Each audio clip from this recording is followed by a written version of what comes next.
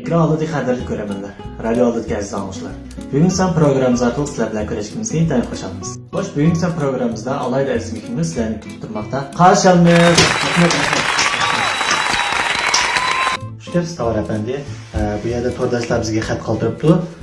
Mushu qizlarning ba'zi bir savollariga qarata biz o'g'illar qanday javob bersak bo'ldi? Masalan, qancha savollarni deysiz? Masalan, Senin mende birer özgürlük balıkını bayqadыңызмы? Genius. It doesn't matter, you know. Yeni kiyim aldınız? Voy, yo'q, men yunqo qoldim. Shundoq ro'shan tursin bilmaydi ekansiz. Meni yaxshi ko'rmaydi ekansiz. All around me are familiar faces. Ya, muşunam sual soramdı. Bu sualga men bo'lsam men javob beramayman. Tovar apandi, sizning programmangizga qaqsun deb taklif qildik. Balki masalani hal qilsin deb taklif qildik. Voy, ya qaqshimidim hamda bu masalaga kelsak, ikkinchi savol. To'rdoshlarning ikkinchi savoli, o'g'il bola qiz do'stining uyiga berib, obuniga chiqqanda matoni ishlatib bo'lib, maton yig'izini qanday bir taraf qilish kerak? Maton yig'izi shundoq. Agar maton ishlatib bo'lib, maton yig'izini turg'izib qo'ysangiz, Vi ma birini o birini ishlatib bo'lib, maton yig'izini yipib qo'yib bo'lmamdi. agar maton ishlatib bo'lib, maton yig'izini yipib qo'ysangiz, Vi masalan maton yig'izini ochmayla sirtib sep yurmaganda.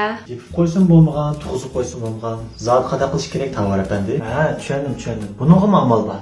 Buningga biz bo'shliqda laylash texnikasini ishlasak bo'ldi. Bo'shliqda laylash texnikasi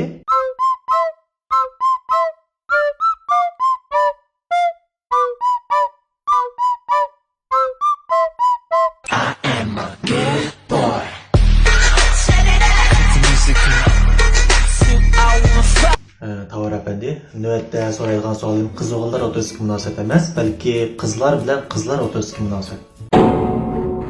Canım avu Tavargül degan qiz olbak yasalma, faqat xusham yo'q.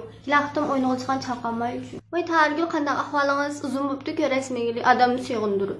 Biz yana qiz o'g'illar o'rtasidagi munosabatga kelaylik. Ma'qul. Yana bir savol, shu qiz do'stingiz yoki ayolingiz sizga berib qochqishini yuydim deganda o'g'illar qanday chora-tadbirlarni qilsa bo'ladi? Bu masalaga kelsak, Canım qachon yurish bering? Jinim.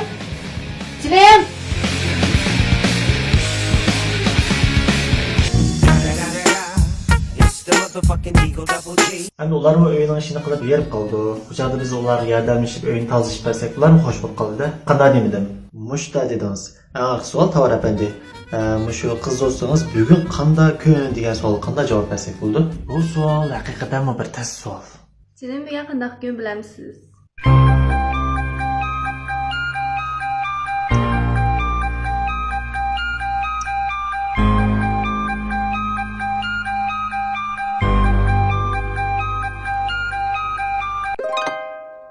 Si javob. Bu ablah.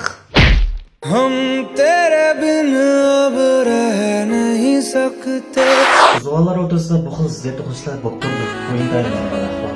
Muhimi o'zaro kang qo'saq bo'lish, o'zaro hurmatlash, o'zaro yo'l qo'yish. Shu vaqtda siz shuni bayqaysizki, sizning juftligingiz hayotingizda kam bo'lsa bo'lmaydigan odamlar. Qanday deydi? Mushta javob berasiz.